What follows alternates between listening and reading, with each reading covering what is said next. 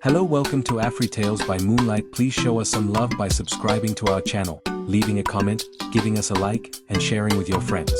Your support truly means the world to us. Thank you.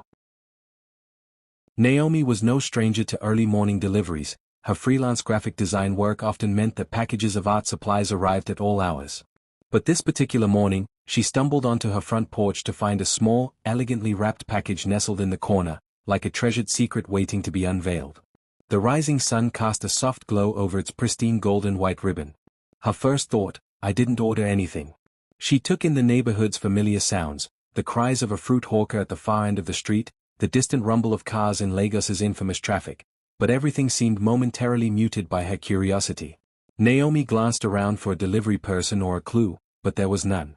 The hush of dawn served as her only witness. As she picked up the package, a shiver traveled down her spine. Her name was written in neat calligraphy on a tag attached to the ribbon. The handwriting appeared somehow familiar, but she couldn't quite place it. She traced her fingers over the letters, feeling the raised ink. She noticed her heartbeat was quicker than usual, a subtle sign her body gave whenever something pivotal stood at her doorstep. Carrying it inside, Naomi set the package on her small dining table. Her apartment was modest but full of personal touches, walls adorned with her digital artwork, a few potted plants lined along the windowsill, and half-finished sketches taped up beside motivational quotes. She liked the warm, inviting ambience she had created over the years since moving here fresh out of design school. A text notification interrupted her thoughts. It was a client, confirming a deadline for a brand identity project. Under normal circumstances, she'd have jumped immediately to her laptop, fueled by her passion and ambition. But today, an unshakable curiosity anchored her to the little box in front of her. Naomi's mind raced. Who would send me something so carefully wrapped? Her parents lived in another city. She wasn't close with any other relatives who'd ship such a surprise. Birthday? No, her birthday was months away. Then her stomach clenched with a realization that came from a place she rarely allowed herself to revisit, Kenzo. He had vanished from her life 8 months ago with no parting words, leaving behind heartbreak and questions that had since gathered dust in a locked chamber of her mind. It had taken her all this time to rebuild her sense of normalcy, though she still carried the ache of unresolved love deep within her. She shook her head, pushing away the thought that this could be from him. That didn't make sense, he was long gone, out of her life for good. Yet she couldn't ignore how carefully the package was addressed. The note with her name bore a precision Kenzo once possessed in every romantic gesture he made, handwritten notes, specially curated gifts, and the occasional spontaneous flower bouquet. Back then, he had been the epitome of an attentive partner. Until he wasn't. She reached for her phone again, halfway considering calling her best friend Tay for a second opinion. But a part of her wanted to open it alone, if she decided to open it at all. For reasons even she couldn't articulate, her hand recoiled from the ribbon as if it might bite. The sense of foreboding was too thick to ignore. Her phone buzzed again, another client email. She exhaled, decided to leave the box unopened for now, and walked over to her desk. Work first, then I'll figure out who sent me this.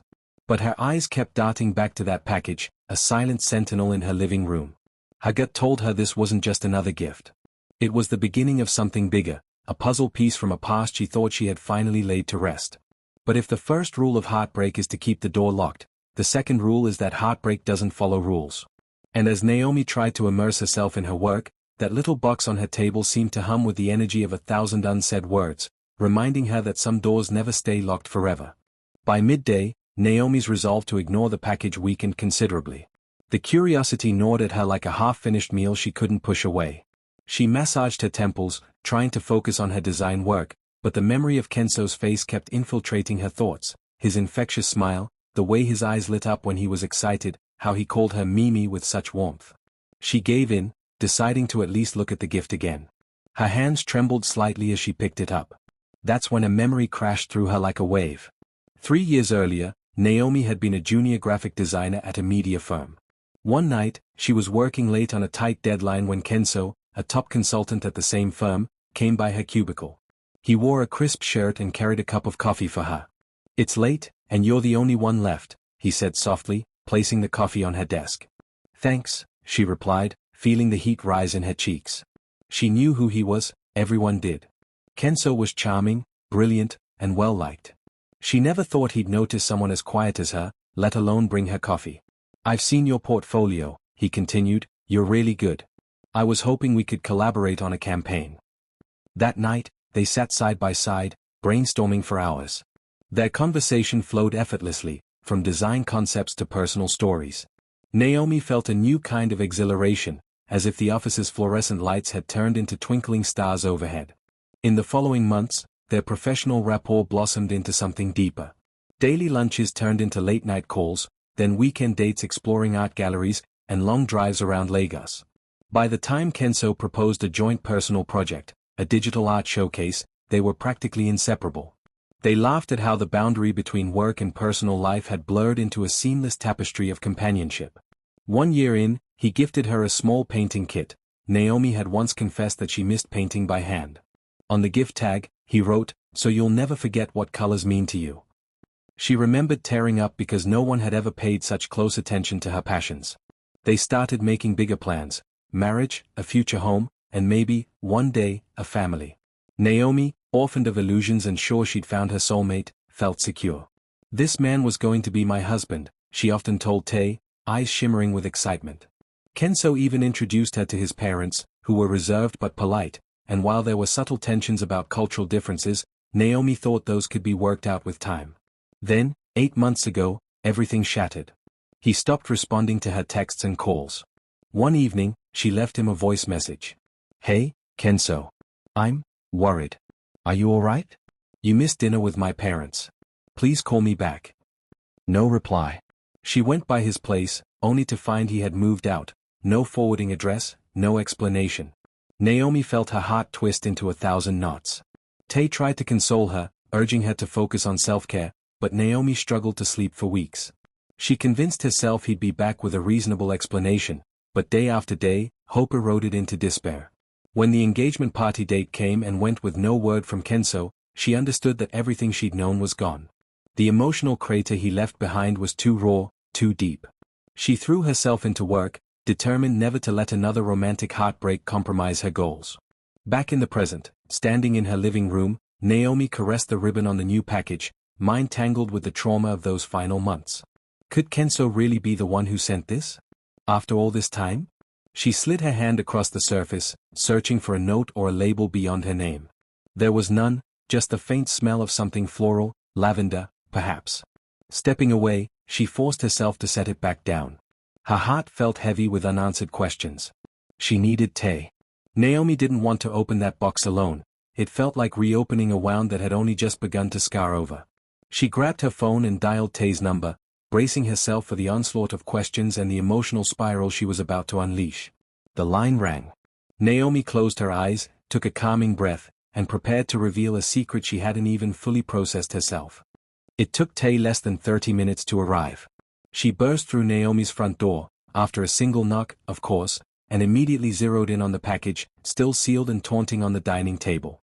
"Girl, you were right to call me," Tay said, dropping her bag on the couch. She was tall, with a commanding presence that contrasted Naomi's more reserved demeanor. Her voice boomed with a mixture of concern and curiosity. "Tell me everything." Naomi recounted the morning's discovery, the package's arrival, her suspicions about Kenso. As she spoke, Tay's expression shifted from surprise to anger. She never quite forgave Kenso for ghosting her best friend. Tay had been there through every tear, every silent heartbreak meltdown, every attempt Naomi made to rationalize the incomprehensible disappearance. "So you think he actually sent this?" Tay asked, crossing her arms. "Why would he? After 8 months of total silence, he'd just show up out of nowhere?" Naomi shrugged, a tremor running through her hands. I don't know. But the handwriting on the tag, it reminds me of him." Tay approached the package, eyeing it as if it contained a ticking bomb. "We should open it together. Even if it is from Kenso, maybe there's an explanation. Or maybe it's a joke. Either way, you have to know." Naomi nodded, though the prospect of unraveling this enigma made her stomach churn.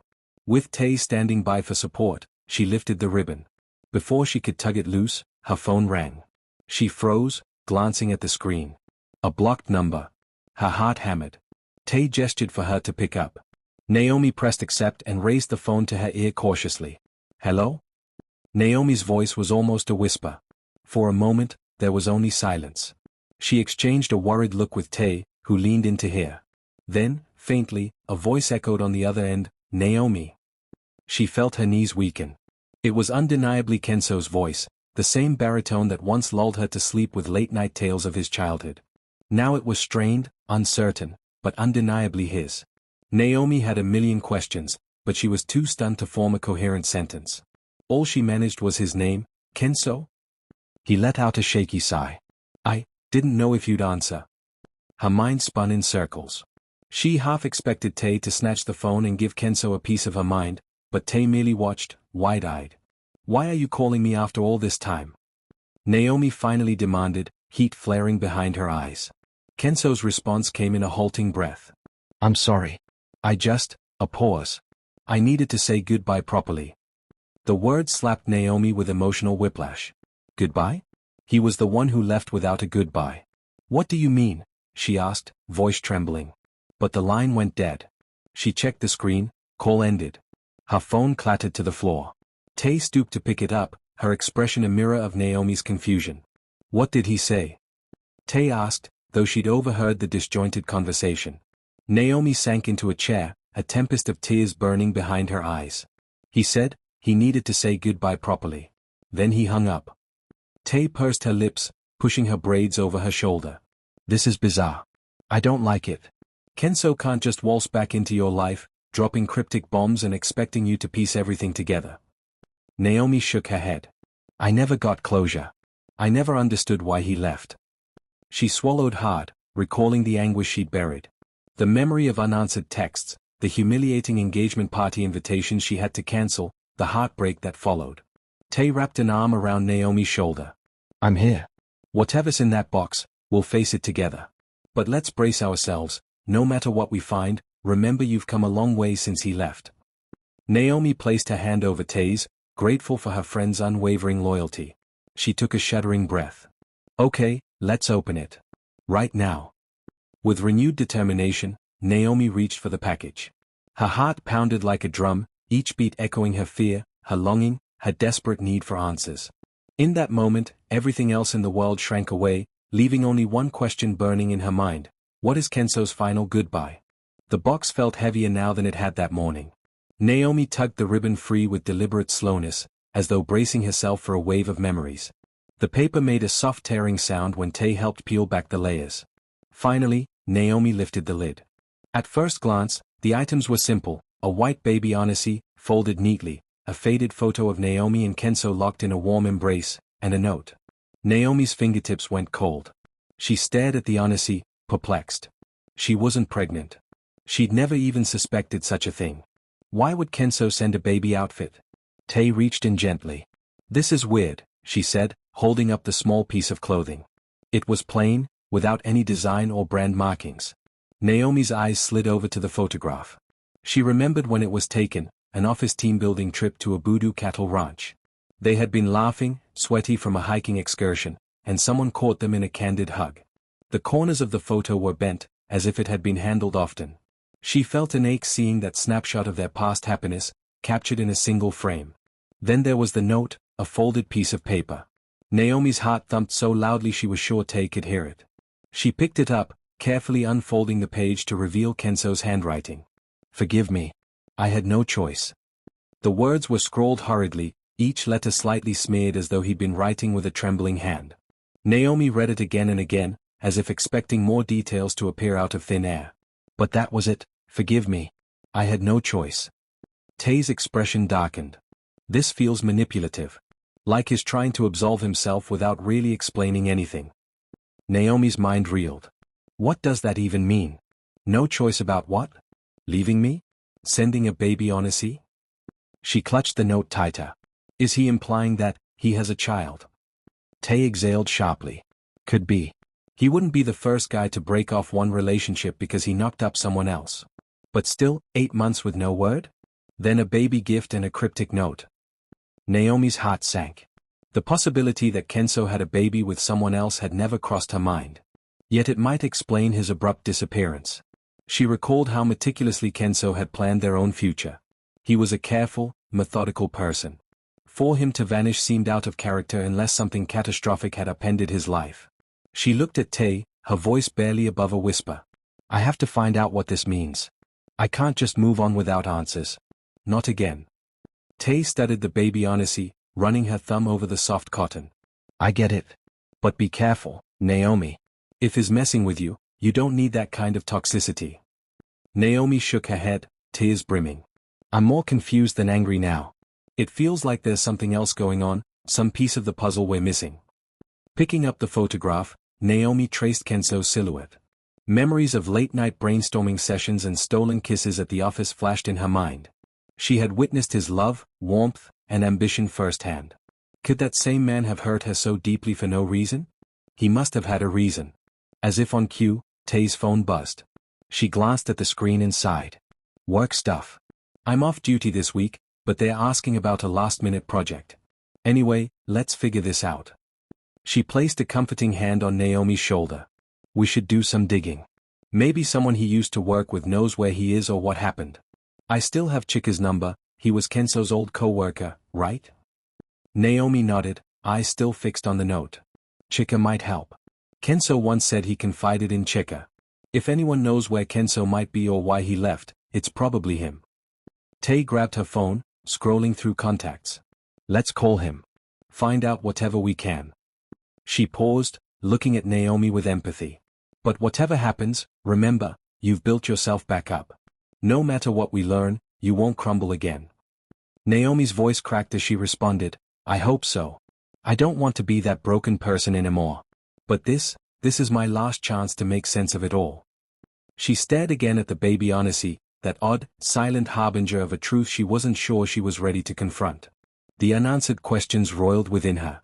In the back of her mind, Naomi felt the faintest stirrings of something else, hope. Hope that maybe, just maybe, Kenso's cryptic gesture was the start of a real explanation, and not another heartbreak in disguise. The following morning, Tay made good on her promise. She used her connections to track down Chika, Kenso's former co-worker. After a bit of phone tag, Chika agreed to meet them at a small cafe on Victoria Island. The bustling Lagos streets whizzed by as Naomi and Tay took a rideshare, adrenaline pumping in their veins.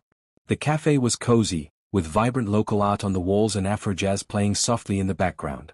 Chika arrived a few minutes later, scanning the place until Tay waved him over. He was a fit man in his early 30s, sporting an expression that flickered with concern the moment he saw Naomi.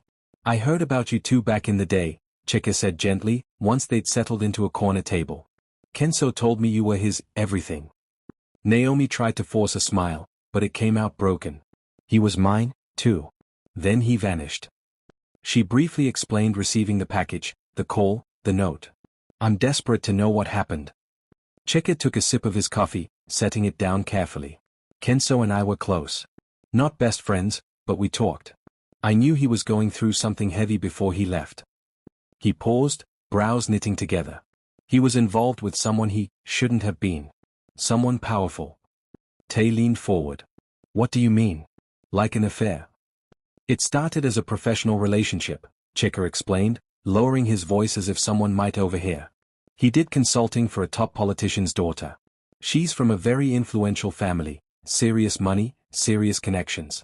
They had a business arrangement, but it turned personal. Naomi's chest tightened. She remembered how Kenso had occasionally mentioned a lucrative consulting gig with high-profile clients, but he never gave details, citing confidentiality. Could that be it? He told me it was hush-hush, but I never suspected it was anything more. Chika nodded gravely. He confided in me once. Said the woman, Say, was obsessed with him. She used her family's leverage to control him. Threatened to ruin his career if he didn't comply with certain demands. He tried to break it off, but it got messy. Tay exchanged a sharp glance with Naomi. Messy how? Chika's gaze flicked to Naomi apologetically. He mentioned Say found out about you, how serious Kenso was about making you his wife. Apparently, she threatened to drag your name through the mud, or worse, if he didn't sever ties. He was scared for you, Naomi. Naomi felt a swirl of disbelief and anger. Kenso had always been ambitious, but would he really sacrifice their relationship to protect her from some scandal? Why wouldn't he just tell me? She muttered, voice trembling. He left me in the dark, let me believe he didn't care. Chika looked pained. I tried to talk sense into him, but Kenso was convinced that walking away was the only way to keep you safe. I don't know all the details, but he was adamant that the threats were serious. This politician's daughter had a lot of power, media influence, government connections. Kenso felt cornered. Naomi covered her face with her hands. Part of her wanted to scream about the injustice, about how Kenso underestimated her resilience. Another part couldn't help but ache for the fear he must have felt, pinned by the threats of someone so influential. What about this baby Onesi? Tay asked, cutting to the heart of the matter. Chika exhaled heavily. Say's pregnant, or I guess she should have had the baby by now if the timelines match. Everyone at the office heard rumors. Kenso told me once that he wasn't sure if he was the father. But Say insisted he was. She demanded marriage or money or something. It was all very hush-hush, but a few of us picked up on it. Naomi felt lightheaded. So that's the reason for the Onesi, a reference to a child. Chika nodded. Possibly. Maybe his acknowledging there's a baby involved. Maybe his grappling with guilt. I don't know for sure. Tay shook her head in disbelief. This is insane. She's a politician's daughter, and she basically forced him to dump Naomi? It seems that way, Chika said softly. Look, Kenso disappeared after confiding in me about how Say escalated everything. He felt it was a no-win situation, especially since he'd already accepted money from her father's campaign. He was practically entangled in their affairs. A mixture of rage, betrayal, and heartbreak churned inside Naomi. Despite her anger, she felt an odd sense of relief that Kenso didn't just abandon her on a whim. There were bigger forces at play. But that relief was overshadowed by frustration. He should have trusted her, at least told her something instead of leaving her with scars and unanswered questions. Why now? Naomi murmured. Why send me a gift and a note saying forgive me? I had no choice 8 months after the fact. Chika shrugged. Maybe he's reached a breaking point.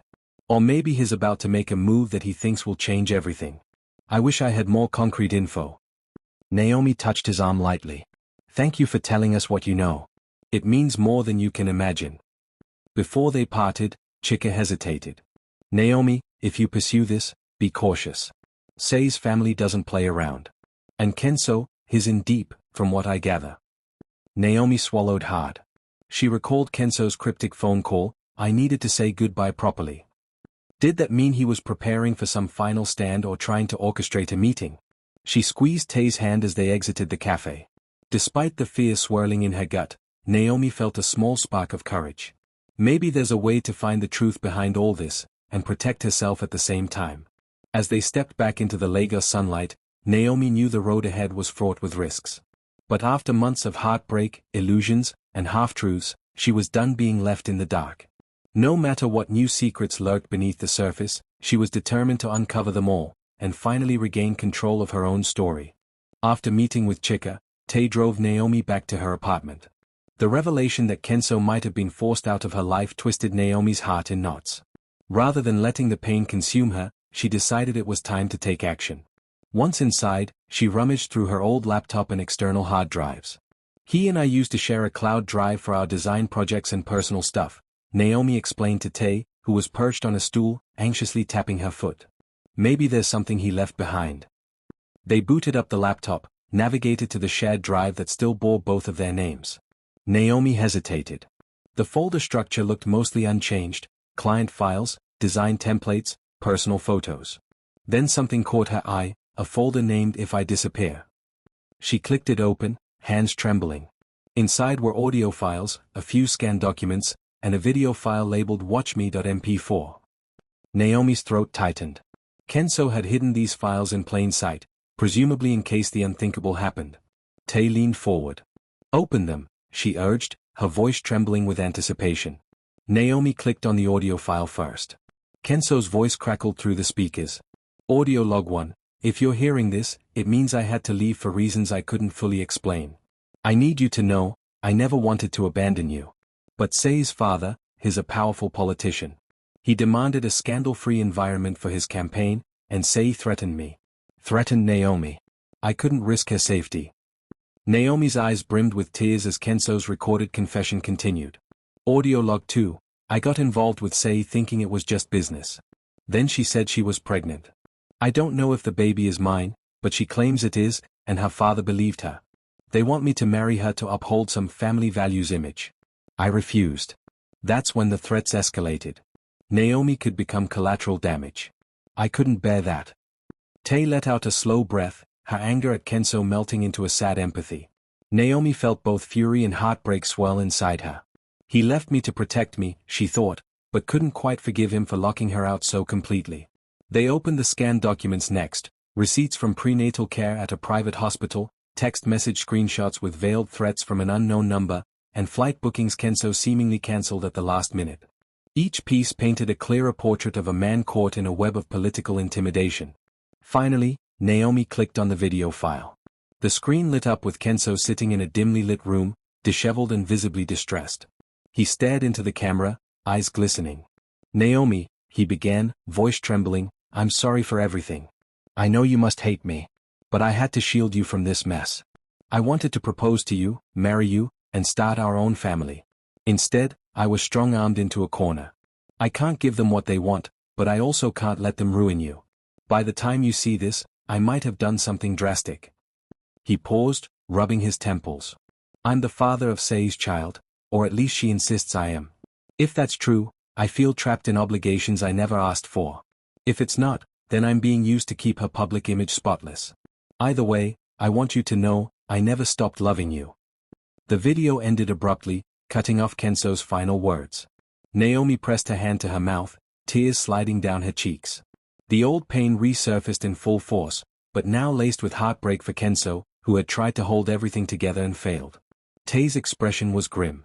"I still think he should have talked to you instead of ghosting you. But this is complicated."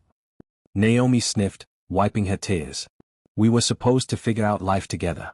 He didn't trust me enough to stand by him, or maybe he didn't want me to be in danger.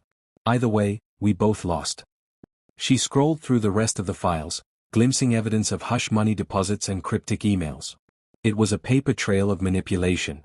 Naomi shivered at the thought of powerful individuals playing puppet master. "Now what?" Tay whispered. Naomi looked at the baby Odyssey on her coffee table. "Now, I find a way to give Kenzo the closure he's seeking, or at least confront him face to face. He sent me a gift. He called to say goodbye. Maybe he's planning to surrender to this situation, or maybe he's just tired of hiding." Tay squared her shoulders. "Whatever you decide, I'm with you." Naomi gazed at the video's final frame. Kenzo's distressed face paused on her screen. This was her chance to truly understand and maybe even forgive. She inhaled deeply, summoning her courage. "I won't be a victim or a pawn. I'm going to find him, Tay, and put an end to this story in my own words." As the sun dipped below the Lagos skyline outside her window, Naomi felt an electrifying sense of purpose. She had lost everything once before, but this time, she was determined not to remain powerless. Even if it meant walking straight into the lion's den, a baby shower for the woman whose father was at the heart of it all, Naomi vowed to reclaim her voice and face the truth. A week later, Naomi found herself scrolling through social media when she stumbled on a promotional post: the grand baby shower for Honorable Komalev's daughter, Say Komalev, to be held at the prestigious Eco Hotel Event Hall. It was an extravagant event scheduled in just a few days, inviting high society figures, influencers, and the press. Naomi's pulse quickened. This must be the same Say. Her mind raced. Would Kenzo be there? He might be forced to attend, especially if the rumors were true that he fathered Say's child. And if he were there, maybe this was her only chance to confront him directly. No more blocked calls, no more cryptic gifts. The idea was crazy, borderline reckless. But Naomi had always believed in facing problems head-on, and after rummaging through Kenzo's secret files, she felt an urgent need to set the record straight. She called Tay. "I'm going to that baby shower," she declared, voice tinged with determination. Tay gasped. "Are you out of your mind? This is a high-profile event. Security will be tight. You could get in real trouble." Naomi understood the risks, but she was resolute. "I won't cause a scene," she said. "I just want to look Kenzo in the eye. If Say's father is controlling him, maybe I can help free him, or at least show him he doesn't have to do this alone." After a tense back and forth, Tay agreed to accompany her. They spent the next couple of days preparing. Naomi printed Kenzo's hidden documents and copied the video to a sleek, unmarked USB. She wrapped the USB in the same gold and white ribbon from the mysterious package, planning to return Kenzo's gift in her own way. On the morning of the shower, Naomi donned a simple but elegant dress that could blend with the upscale crowd. Tay helped weave her hair into a chic low bun, and they practiced calm faces in the mirror, trying to appear like typical guests. Anxiety coiled in Naomi's stomach, but determination fueled her. They arrived at Eco Hotel's grand ballroom, which was decorated with pastel balloons, lavish flower arrangements, and a tall banner reading "Welcome to Say's Baby Wonderland." Tay nudged Naomi as they stepped inside. "Stay close. Don't do anything rash." Naomi nodded, scanning the crowd for Kenso. Wealthy guests mingled over mocktails, while a local pop star's music played softly in the background. A table near the entrance showcased an array of baby gifts, ornately wrapped boxes, pastel gift bags, stuffed animals. Naomi quietly added her small box, the one that contained the USB labeled Kenso's confession. She and Tay slipped deeper into the crowd, adopting an air of polite curiosity. Say was easily recognizable, standing near the stage in a designer gown, cradling her visibly pregnant belly. A small entourage hovered around her, family, high-profile politicians, and a few acquaintances holding cameras. Naomi's breath caught in her throat. This was the woman who'd allegedly ripped Kenso from her life. Heart pounding, Naomi scanned for Kenso's silhouette. When her eyes finally found him, standing a short distance from Sei, dressed in a sharp suit, she nearly forgot to breathe. He looked thinner, and tension radiated from him in waves. Their gazes locked across the room, a fleeting moment of recognition. She saw his eyes widen, and his expression flashed with a turbulent mix of relief, fear, and sorrow. Naomi's heart twisted. She wanted to sprint across the room, demand answers, or maybe just collapse into his arms. But they were surrounded by a watchful crowd, many with cameras. Any public confrontation could spiral into a spectacle. She steadied herself, reminding her pounding heart of her real objective: deliver the final truth. As guests took their seats for a short program, Naomi and Tay lingered near the back, half hidden behind lavish decorations. On stage, a host gushed about how wonderful it was for everyone to celebrate Sei and the soon-to-arrive baby. Naomi clenched her fists, thinking of Kenso's recorded words, "I'm the father, or at least she insists I am." After some opening remarks, a staff member walked to the gifts table, gathering boxes to display for the guests. Naomi and Tay exchanged nervous glances. Naomi's gift was in the stack. Her breathing hitched, realizing that if the USB was discovered and played now, it would blow this entire event wide open. But that was part of her plan, to let the truth come out, no matter who was watching. Kenso caught her eye again, this time with a silent plea. Naomi wondered if he wanted her to leave before things erupted, or if he wanted her to do exactly what she'd come to do, to set him free. The event coordinator welcomed guests to watch a short slideshow of Sei's pregnancy journey. Naomi's heart pounded like thunder in her ears. The countdown to revelations had begun, and she could only pray that amid the chaos, she might finally find closure, or a new beginning, for herself and for Kenso. The lights in the ballroom dimmed, and a projector whirred to life. On the large screen, a slideshow of Sei's pregnancy photos began, a glamorous montage set to a gentle melody. The crowd cooed and applauded politely at images of Sei cradling her belly, attending lavish appointments, or posing with family members. Kenso was noticeably absent from these pictures, fueling Naomi's suspicion that his presence was more forced than welcomed. Naomi and Tay stood near the back, gripping each other's hands. Naomi's heart hammered so violently that she was certain Tay could feel the tremors through her grip. The gift table stood off to the side, overshadowed by the main display. Would anyone actually open her box? Naomi wondered, or had she miscalculated? Just as the slideshow ended, the event coordinator took the mic. "We have a few thoughtful surprises from dear friends. Sei will now open some gifts, and we'll have a final short presentation. Please stay seated."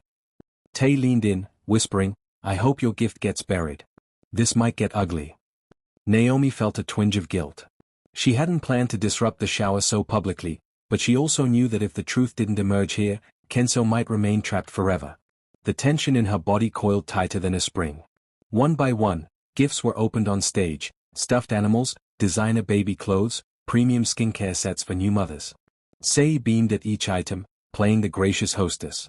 Then, the coordinator lifted Naomi's small box, which was unremarkable but neatly wrapped in white paper and gold ribbon. As Sei took it, Kenso caught sight of the box and froze. His gaze flicked to Naomi across the room. A look of alarm crossed his face. He seemed to know exactly who had brought it. Sei opened the box with a bright smile, only to frown when she pulled out a plain USB drive. Murmurs rippled through the guests. The coordinator, trying to keep the show moving smoothly, said, "Well, this is interesting. Perhaps there's a slideshow or a video message on here for Sei?" Oblivious to the potential bombshell, the event tech crew sprang into action. They inserted the USB into the system connected to the large projector screen. Naomi held her breath, while Tay quietly cursed under hers. Kenso moved forward, as if to intervene, but was stopped by one of Sei's relatives, who placed a firm hand on his shoulder. A moment later, the screen flickered to life. Kenso's face appeared, haggard, tormented. His recorded voice echoed through the speakers. "Naomi, I'm sorry for everything. I never wanted to leave you. But Sei's father." Gasps rose from the crowd. Sei's eyes widened in horror, and she tried to motion frantically at the tech crew to cut the feed. But it was too late. The entire room heard Kenso's confession about the forced separation, about the manipulations and intimidation. The hush money deposits, the threat of scandal, and the possibility that the baby might not even be his. Chaos erupted. Cameras flashed.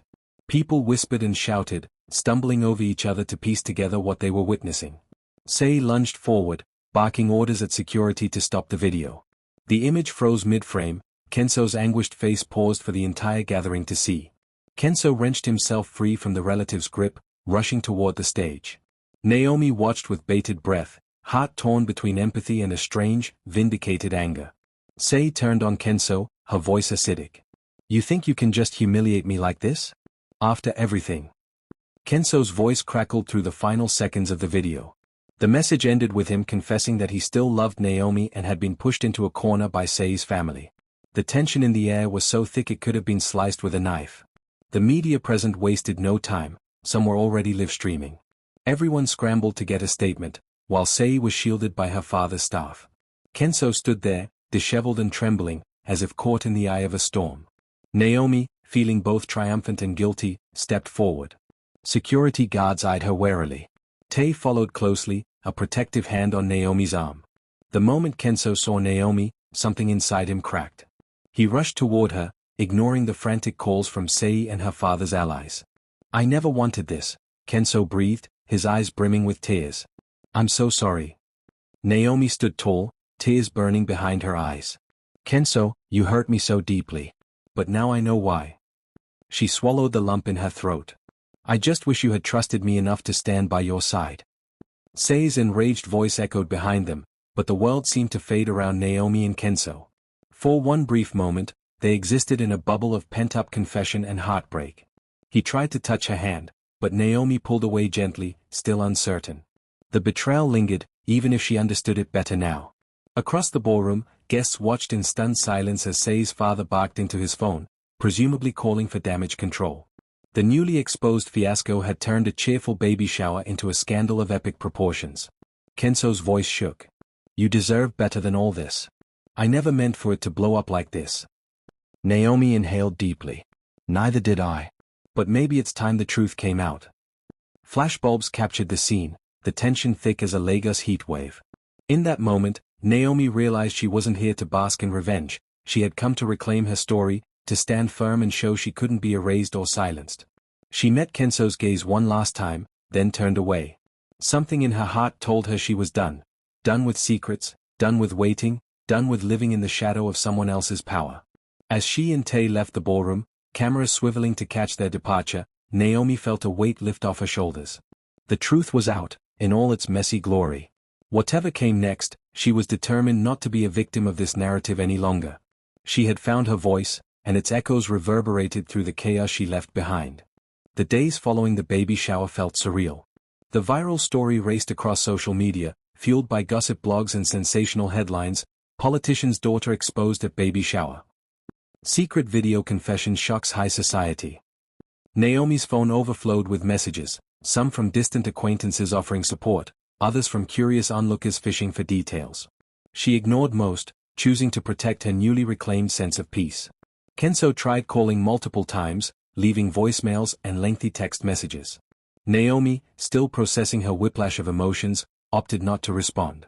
In his messages, he apologized repeatedly, promising he'd make things right. Yet Naomi felt she needed space more than an explanation now. The video had explained everything she needed to know. He was forced, but he still made the choice to walk away without her. Tay noticed Naomi's anxiety spike from the attention. "Maybe lay low for a bit, babe. Focus on your art. Regain your equilibrium." Naomi agreed, deciding to channel her turmoil into something constructive. She took a break from her digital work and set up a small painting station in her living room, just as Kenso once encouraged her to do. 4 hours each day, she lost herself in the swirl of colors, using broad strokes to capture the tangled emotions inside her. She painted red for anger, blue for heartbreak, and dashes of gold for the fleeting hope that had sustained her through countless lonely nights. The process felt both cathartic and terrifying, like peeling off old scabs to see what had healed underneath. In between painting sessions, Naomi made a tough decision.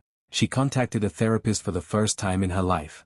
She figured if she was going to truly heal, she needed professional guidance. On her first appointment, she trembled with nervousness but found the therapist's gentle approach surprisingly comforting. "I'm not here to fix you," the therapist told her. "I'm here to help you find the tools to heal yourself." They talked about boundaries, self-worth, and the importance of closure. Naomi broke down a few times, her tears fueled by raw memories, but she walked away feeling a small, flickering sense of hope. On a rainy afternoon, while listening to thunder roll outside, Naomi drafted a legal document with Tay's help, a restraining order petition. Not that she believed Kenso would physically harm her, but she wanted to set a boundary that made it clear she was no longer a passive participant in his chaos. If he truly wanted to fix things, he'd respect her decision to have space. Tay offered to forward the paperwork to the right channels, and Naomi agreed. The swirl of press coverage around Say's scandalous baby shower would keep Kenso occupied, anyway. Meanwhile, Say and her father were doing damage control. Rumors circulated that they were pushing a narrative that the video was fabricated or taken out of context. Still, the scandal had overshadowed Say's carefully crafted public image. Naomi felt no victory in that, only a weary sense of relief that she wasn't the one being manipulated anymore. Weeks passed, and slowly Naomi's routine settled into a comforting rhythm: morning yoga, painting, journaling, therapy sessions, then a bit of freelance design work. She found herself sleeping better, the nightmares of Kenso's abrupt departure replaced by tranquil dreams of blank canvases waiting to be filled. Every day, she felt a bit more at ease in her own skin. She thought about Kenso sometimes, wondered if he was safe, if he had found a way to navigate Say's demands now that the truth was public. But each time the curiosity arose, she reminded herself that his path was his responsibility. She was done sacrificing her life for someone else's secret battles. By the end of the month, Naomi noticed a subtle yet profound shift within her. She no longer woke up thinking about Kenso's whereabouts or if he regretted leaving. Instead, she focused on her next painting or her next design client. The hole in her heart had scarred over, not fully healed, but no longer gaping. She was rediscovering her worth independent of any relationship. On an early morning, she signed off from a video call with her therapist, a small smile forming on her lips. The therapist had remarked on how Naomi's aura seemed lighter. Naomi took a moment to appreciate the peace quietly blooming in her life. In her journal, she wrote a simple sentence: "I will no longer be defined by what was done to me. I define myself." A sense of calm filled her apartment, mingling with the faint smell of paint and the gentle rustle of the curtains. The city outside her window roared with its usual hustle, but inside, Naomi felt a serene hush, the sound of her own renewal. She closed her eyes, breathed in, and silently reaffirmed the truth she had earned through pain and persistence: her story was hers to write. And she had only just begun. The date on the calendar jumped out at Naomi as she settled down to eat her breakfast, the day that would have been her and Kenso's wedding. She stared at the circled number, feeling a twinge of sadness, but also realization: she was no longer the same woman who had pinned all her dreams on that day. She was stronger now, reshaped by her trials. Naomi decided to mark the day on her own terms. 4 months, she'd avoided thinking about the wedding. Initially, she'd planned a lavish ceremony with Kenso, traditional attire, a joyous family gathering, and a lifetime of shared dreams. Those dreams died 8 months ago, she reminded herself, but she also recognized she'd since awakened to a life that was entirely hers. She pulled out a mixing bowl and ingredients from her small pantry: flour, sugar, eggs, butter. She was going to bake a cake. No epic wedding feast, no towering multi-tier dessert, just a simple homemade cake to honor her rebirth. She mixed the batter with careful precision, losing herself in the soothing repetition of stirring, measuring, and tasting. She recalled how Kenso once teased her for overeating the batter during a cooking session, a memory that made her smile faintly without bitterness. As the cake baked, her apartment filled with the comforting aroma of vanilla. She glanced at her wall of paintings, a collage of bright colors capturing her emotional journey over the past months. Each stroke told a chapter of her story: heartbreak, confusion, rage, acceptance, and something close to joy. When the cake was done, she let it cool and then layered on a soft buttercream frosting. She lit a single candle and set the cake on her small dining table, the same table where Kenso's mysterious package had once Saturday. The irony wasn't lost on her. The table that heralded heartbreak now held a symbol of her reclaimed agency. Taking a seat, Naomi inhaled deeply. The candle's flame danced, casting soft shadows on her walls. She could almost imagine the wedding she'd once planned: music, dancing, the swirl of a white dress. But there was no sorrow in that image anymore, just a gentle nostalgia. She spoke out loud, a ritual of self-affirmation. "To freedom," she whispered, repeating the words like a prayer. Then she blew out the candle, letting a wave of calm wash over her. As she took the first bite, she savored the sweetness. No tears came, no pang of regret, only a profound sense of closure. She realized closure didn't come from Kenso's explanations or from vengeance. It came from a quiet acceptance that some chapters end unresolved, and that's okay. You can still move forward, forging new narratives from the broken pieces. The ring of her doorbell startled her. Setting down her fork, she walked to the door and peered through the peephole. A delivery person stood outside, holding a small envelope. Her heart skipped, but she opened the door anyway. "Delivery for Ms. Naomi," he said, handing her the envelope. She thanked him, curiosity piqued. Inside was a handwritten card. "Naomi, I'm sorry I failed you. I respect your space and your decisions. I'll be signing away any paternal claims if the baby is actually mine. I want you to know I'm trying to do the right thing by everyone. Whatever that is. I have no right to ask for forgiveness, but I wish you all the happiness you deserve. Kenso." Her fingers trembled slightly. She quietly folded the note, pressed it against her chest, and closed her eyes. Then she placed it in a drawer. She didn't need it to define her day. Returning to the table, she finished her slice of cake. This was her day. Her testimony that she had gone through heartbreak and come out wiser. She gazed at the flickering candle wick, now just a soft glow at the tip. She could still sense the warmth it had left behind. Somewhere within her, a sense of peace took root. Kenso's chapter in her life was now a lesson, about the power structures that can force people apart, about the secrets that can erode trust, and most importantly, about the resilience lying dormant in someone who decides to heal and move on. Naomi set her plate aside and looked around her apartment, the plants by the window, the paintings on the wall, and the designs pinned to her inspiration board. She was crafting a life that reflected her essence, not shaped by the void of someone else's absence. She lit a single candle, not to mourn a broken engagement, but to celebrate her own renewal. The flame danced gently, reflecting in her eyes. With that final act, she whispered the vow she truly needed: never chase closure. Always create your own peace. Please don't forget to subscribe, like, comment your thoughts and share. See you in the next story. AFRITALES by Moonlight.